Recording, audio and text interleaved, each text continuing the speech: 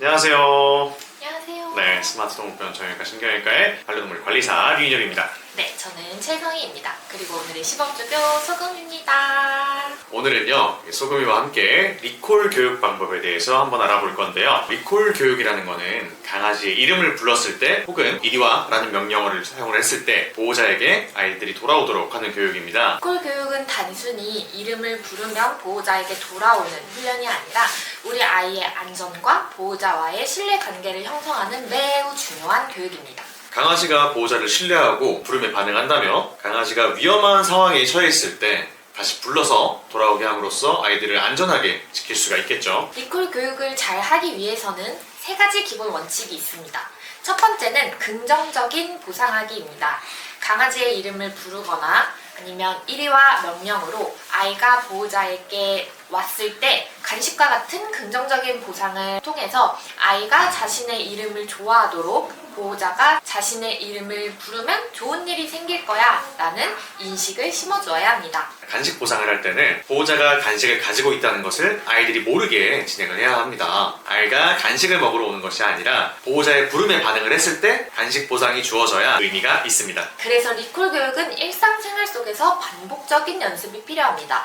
집에서 일상생활 중 갑자기 아이의 이름을 불러서 아이가 오면 칭찬과 간식 보상을 주는 상황을 자주 여러 번 반복을 해주세요.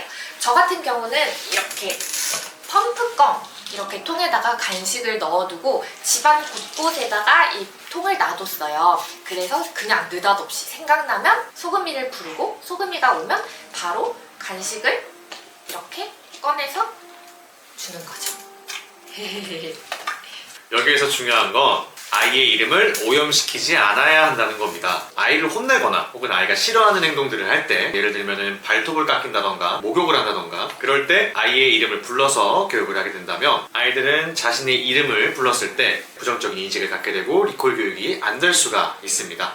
맞아요. 아이를 혼내거나 싫어하는 무언가를 해야 할 때는 아이의 이름을 부르지 마시고 그냥 야! 하고 큰 소리를 내거나 이름 부름 없이 아이를 이렇게 잡아서 그냥 진행해주세요. 두 번째는요, 간단하고 짧은 명령어 사용하기입니다. 소금이 이리와 이렇게 간단하고 짧은 명령어를 정해두고요. 일관성 있게 교육을 해야 강아지가 쉽게 기억을 하고 반응할 수 있습니다. 마지막 세 번째는 점차 난이도를 높이는 것입니다. 처음에는 다른 자극이나 방해 요소 없이 집이나 방에서 훈련을 시작하고 점차 훈련 범위를 넓혀서 리콜 연습을 해주세요. 외부 환경에서 다른 자극이 있을 때도 골이 잘 이루어질 때까지 무한 반복 연습해주셔야 합니다. 오늘은 기본 명령어 교육 중에 마지막 교육인 리콜 교육하는 방법에 대해서 한번 알아봤는데요. 보호자님들의 꾸준한 노력이 있다면 아이와의 교감을 통해서 더욱 신뢰감 있는 관계가 형성될 겁니다. 너무너무 중요한 리콜 교육 연습해보시고 꼭 후기도 댓글로 남겨주세요.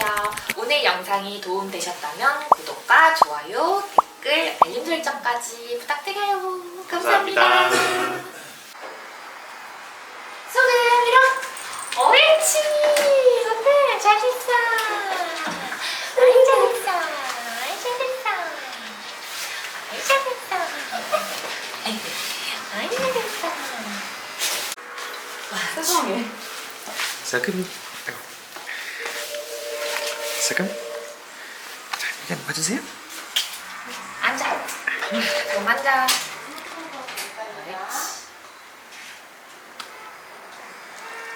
나이스.